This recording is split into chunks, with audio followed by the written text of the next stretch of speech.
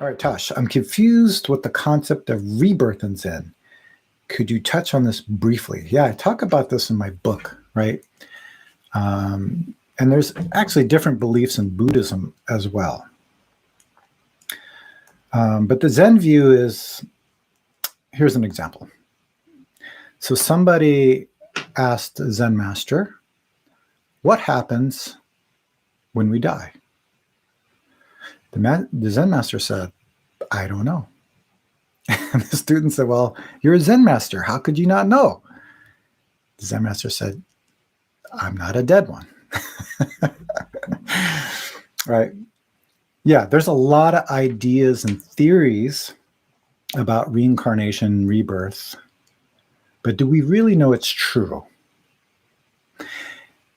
For Zen, we use it as a teaching point, meaning that everything is always changing. So take out this stick because it's going to represent a tree. All right, so if you have a tree, it has name and form. We call it a tree, and it has a form. So you might hear this teaching, form is emptiness, emptiness is form, right? Because if you cut down this tree, chop it into logs, the name tree and the form tree is empty, right? It changed. Now emptiness is form, right? Now we call it logs. We have a bunch of cut up pieces. So now we have name and form, logs. So let's say you light the logs on fire, you burn it all the way down. Now logs, name and form are empty. This emptiness is now ashes, right? So that's the meaning behind form is emptiness, emptiness is form. So when we teach about rebirth or reincarnation in Zen, we're talking about that. Like there's nothing that stays the same.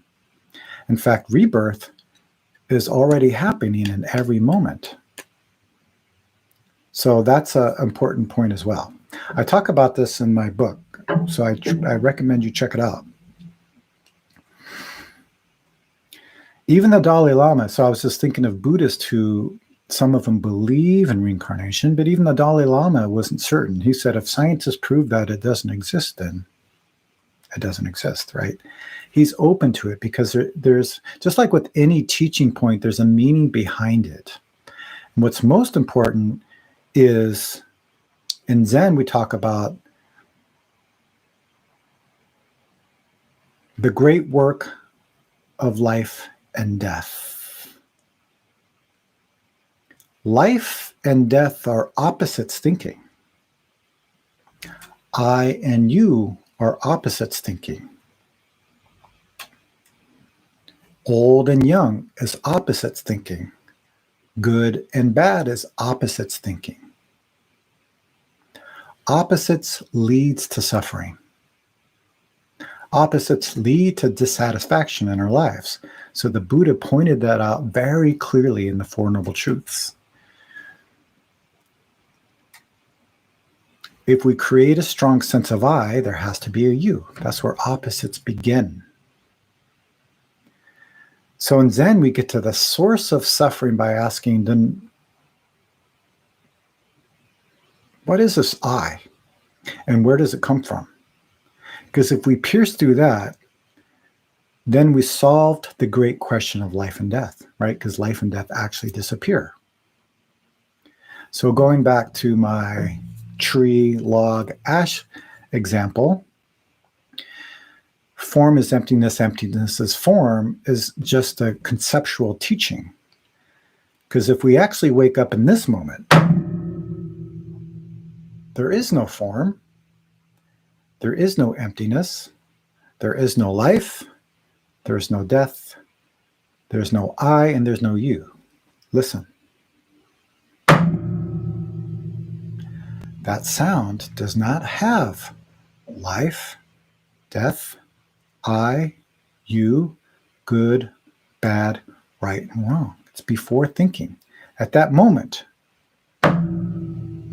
your mind, my mind, the sound, is just one point. So that's where we talk about no form, no emptiness, no life, no death, no good, no bad, no I, no you. But we don't stop there. We take another step. Form is form. Emptiness is just emptiness.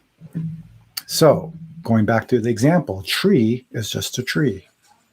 Logs are just logs. Ashes are just ashes. That means right now in this moment, wake up. What is happening right now in this moment? All right, that's what's really important behind the teaching of rebirth, is waking up in this moment, cut through life and death. That's the Zen perspective on that.